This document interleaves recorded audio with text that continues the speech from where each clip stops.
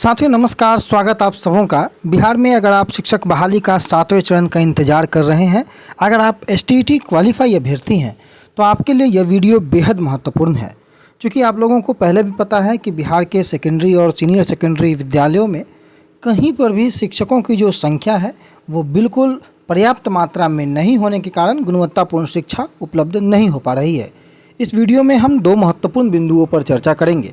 सबसे पहले जो प्रमुख खबरें हैं उन पर, और दूसरी बात जो प्रोफेशनल ठग हैं उनके काले कारनामों की भी पोल खोली जाएगी। सबसे पहले जो महत्वपूर्ण खबरें जिसका इंतजार लगभग सभी अभ्यर्थी करते हैं ताकि कोई अपडेट मिले। बिहार में कई स्कूलों में लगभग आप 22% हाई स्कूलों में ही जो है गणित और विज्ञान जैसे कोर विषय के शिक्षक उपलब्ध है। यानी कि आप समझ सकते हैं कि मात्र 22% जो हाई स्कूल हैं उसमें गणित और विज्ञान जैसे जो कोर विषय हैं उनके शिक्षक हैं, बाकी स्कूलों में वो शिक्षक उपलब्ध नहीं हैं। परंतु क्या क्वालिफाई अभ्यर्थी नहीं है? क्या सरकार के पास वैसे योग्य शिक्षक उपलब्ध नहीं है जो योग्यता रखते हैं? बिल्कुल उपलब्ध हैं, परंतु सरकार जो है वो अब भी बहाली नहीं कर पाने के कारण उन विद्यालयों में शिक्षकों की प्रतिनियुक्ति नहीं कर पाई है। गणित के एक शिक्षक कहीं 462, तो साइंस के एक शिक्षक 437, वहीं सोशल साइंस के एक शिक्षक 331 बच्चों को पढ़ा रहे हैं। आपके सामने स्क्रीन पर ये जो खबरें दिख रही होंगी आपको माध्यमिक स्कूलों से संबंधित हैं, जहां गणित, साइंस, सोशल साइंस जैसे महत्वपूर्ण विषयों के शिक्षकों के बारे में उपलब्ध डाटा दिया गया है।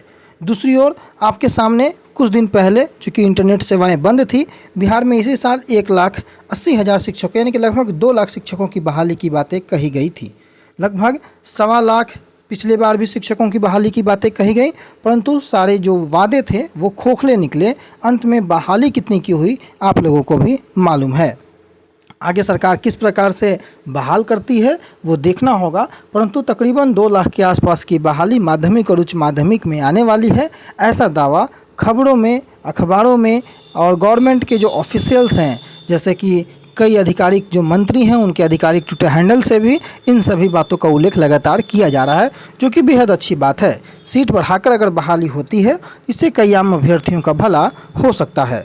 दूसरी ओर 7वें चरण को लेकर के जिले के प्राथमिक और मध्य विद्यालयों को लगभग 4,000 शिक्षकों की ज़रूरत है। ये खबरें मुजफ्फरपुर की हैं। नियोजन इकाईवार विभाग को जो रिपोर्ट है वो भेजी गई है। विद्यालय में 1:40 का शिक्षक छात्र अनुपात दुरुस्त करने की इस बार तैयारी है। छठे चरण में 3 नियोजन इकाइयों की मेधा सूची तैयार है, ऐसे भी खबरें इसमें प्रकाशित की गई हैं। अन्य महत्वपूर्ण खबरें आप लोगों तक जो भी अपडेट आएंगी आप लोगों तक पहुँचाई जाएंगी, परंतु इन सब के बीच बहाली किस प्रकार से आपकी फंस सकती है, कैसे लोग बहाली फंसा रहे हैं, प्रोफेशनल ठग के जो काले कारनामे हैं वो किस प्रकार से उजागर हो रहे हैं और उनका आगे का प्लान क्या है ताकि बहाली फंस जाए, बेकार की मांगे आप लोगों को मैंने पता होगा कल एक वीडियो बना करके मैंने उनके जो काले कारनामे हैं, जो उन्होंने ठगी की है, जो प्रोफेशनल ठग का अपना प्रोफेशन है, उस ठग ने कल आकर के अंतिम में सफाई देने का प्रयास किया और उन्होंने ये बताया कि ये हार उनकी अंतिम हार है। आपसे मैं और तमाम उन अभ्यर्थियों से मैं पूछना चाहता हूं जिन्होंने उन्हें अपने मसीहा के रूप में देखा है कि ऐसे धूर्त, ऐसे कुख्यात सरगना के भरोसे अगर आपने एसटीईटी को छोड़ा, जो आपसे केस जीतने के नाम पर चंदा लेता है और ख़ुद को कॉन्फिडेंस इस नाम पर बताता है कि वो केस हार के भी कॉन्फिडेंस है उसके अंदर, वो कॉन्फिडेंस किस काम का जब तुमने केस हार ही लिया?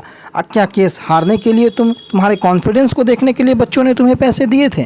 क्या तुम्हारे कॉन्फिडेंस को देखने के लिए मेरिट वाले अभ्यर्थी तुम पर भरोसा किए थे? क्या तुम्हारे पक्की दाढ़ी को देखने के लिए मेरिट वाले अभ्यर्थियों ने तुम्हें पैसे दिए थे? उन पैसों का क्या होगा, उन पैसों का हिसाब कब और कैसे देंगे इसकी चर्चाएँ नहीं हैं, परंतु अपने अनुभव की जो पकी हुई दाढ़ी की जो सबूत है, महोदय कल बैठ के लंबे लंबे डींगे हाँक रहे थे। लगता है कि इनकी पकी हुई दाढ़ी इनके केवल अनुभव को दर्शाती है, परंतु वो दाढ़ी जो पकी हुई है केवल पकने से आपके पास अनुभव नहीं हो जाएगा। आपके पास कितना ज्ञान है वो आपने बिना मेरिट का केस करके, बिना मेरिट वाले इंसान आपने अपनी परिचय दे दी। खुद को मेरिटोरियस कहते हैं, परंतु मेरिटोरियस का पता नहीं स्पेलिंग भी आपको पता हो या नहीं हो। केस के बारे में एक लफ्ज़ भी मुंह से नहीं निकला कि आखिर उन पैसों का आप करेंगे क्या, उन पैसों से क्या आप एसी लगाएंगे, कूलर लगाएंगे, फ्रीज खरीदेंगे, क्या करेंगे, किसी को नहीं बताया गया। परंतु ये कहते हैं कि ये कॉमा है, फुल स्टॉप नहीं।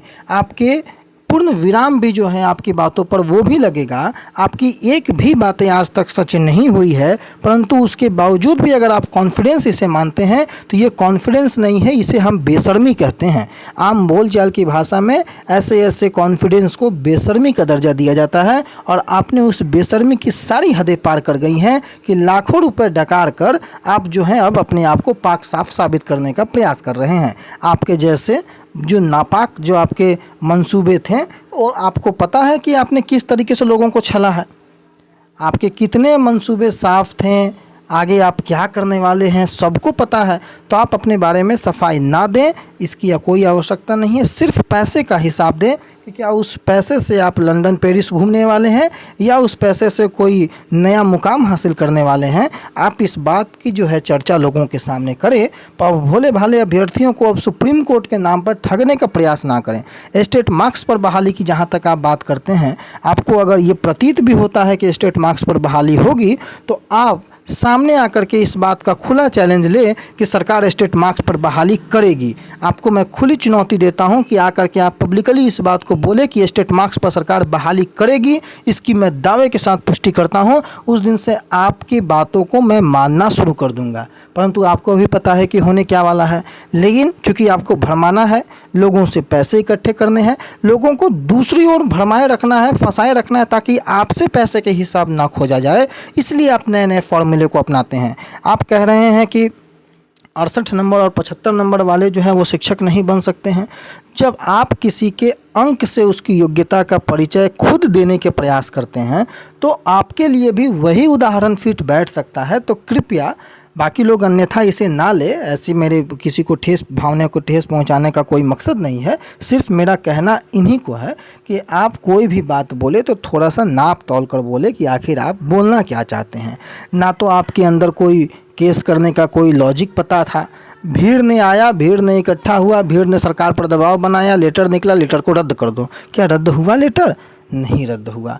कोई दबाव में गवर्नमेंट ने लेटर नहीं निकाला था, बिल्कुल संवैधानिक लेटर था 26 जून का लेटर। परंतु अफसोस है कि आपको वो लेटर समझ में नहीं आएगा, क्योंकि दुख्यात हैं, कुख्यात हैं, सरगना हैं, ऐसे लोगों को केवल जो है फंसाने की लॉजिक जो है पता रहती है।